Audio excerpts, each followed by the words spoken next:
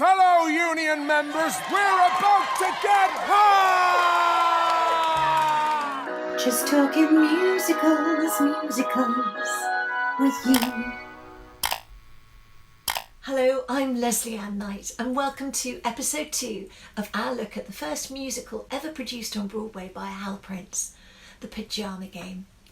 In episode 1, we looked at how Hal Prince and Bobby Griffith, two of legendary director George Abbott's young and eager production team on the award-winning Wonderful Town, came up with the idea of setting themselves up as Broadway producers in their own right. Bobby Griffith called me one day and said, there's a book review in the Times that seems like a musical. I called around to find the agent. He said, I've had another offer. Leland Hayward has made an offer, and I think there will be other offers. What can you guys give me that would persuade me? We said, well, if we could talk George Abbott into directing it, would that interest you? He said, if you can talk George Abbott into directing it, the book is yours. Now, George Abbott, by his own admission, wasn't too optimistic about their idea of a musical based on a strike in a pyjama factory, but to show willing, he started talking to potential writers.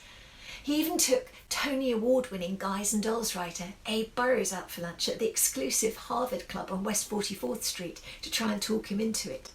But this time it was just a free lunch, because it seems Burrows wasn't that enamoured with the plot either. In time, Prince and Griffith's enthusiasm appears to have worn down Abbott's understandable reticence, and he came to the conclusion that if they introduced a light-hearted subplot to the show, and if they could interest the original author, Richard Bissell, to co-write the script with him, then he'd take it on. Like Abbott, Richard Bissell was a Harvard-educated man and a native of Dubuque, Iowa, and he duly arrived at Abbott's office in Manhattan to talk about the show. Abbott recalled in an interview that Bissell arrived for the meeting wearing a checkered vest, dirty white buckskin shoes, and speaking in a high nasal Western voice. We all took to him immediately. He was great fun. What is more, he turned out to be a good playwright. Meanwhile, Prince and Griffith still needed a composer for this new musical, and one of the many talents they approached at this time was Guys and Dolls composer and lyricist Frank Loesser. And yes, you guessed it, he turned them down too. But he did suggest they consider two of his writing protégés, Richard Adler and Jerry Ross. In the late 1940s, Loesser had rather cannily formed his own music publishing company, Frank Music Corp, which, aside from being a profitable venture for Loesser, had the additional admirable objective to nurture up-and-coming composers and lyricists.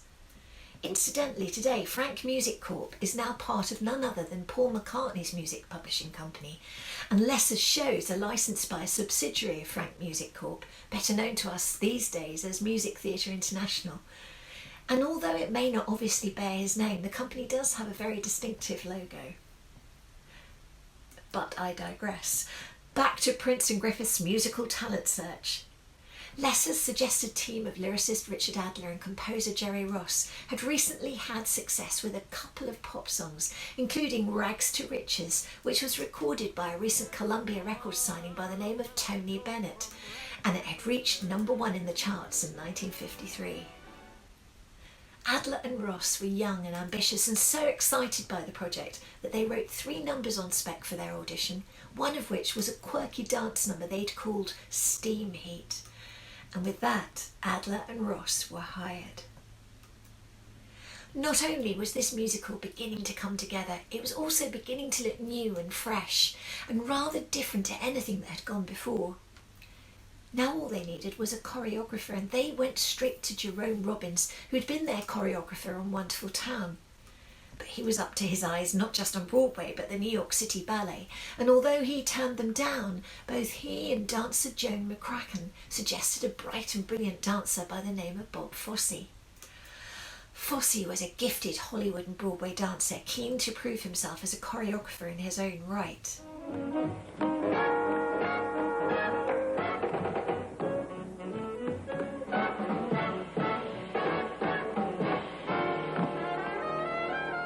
In fact, Joan McCracken was actually married to Bob Fosse, but she was sure of her husband's ability as a rising talent, even though he was only 26 and he'd never actually choreographed a whole Broadway show in his life.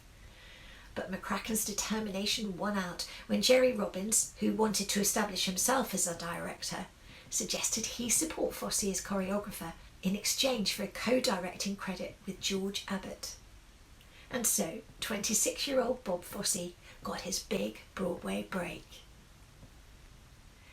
Right, that's it for this episode. I'm Lesley Anne Knight. Thanks so much for watching. And of course, there's much more to come on the Pajama Game story, so don't forget to tap subscribe to get an alert as soon as the next new episode drops. See you soon. But I need your love to keep away the cold. Just talking musicals with you.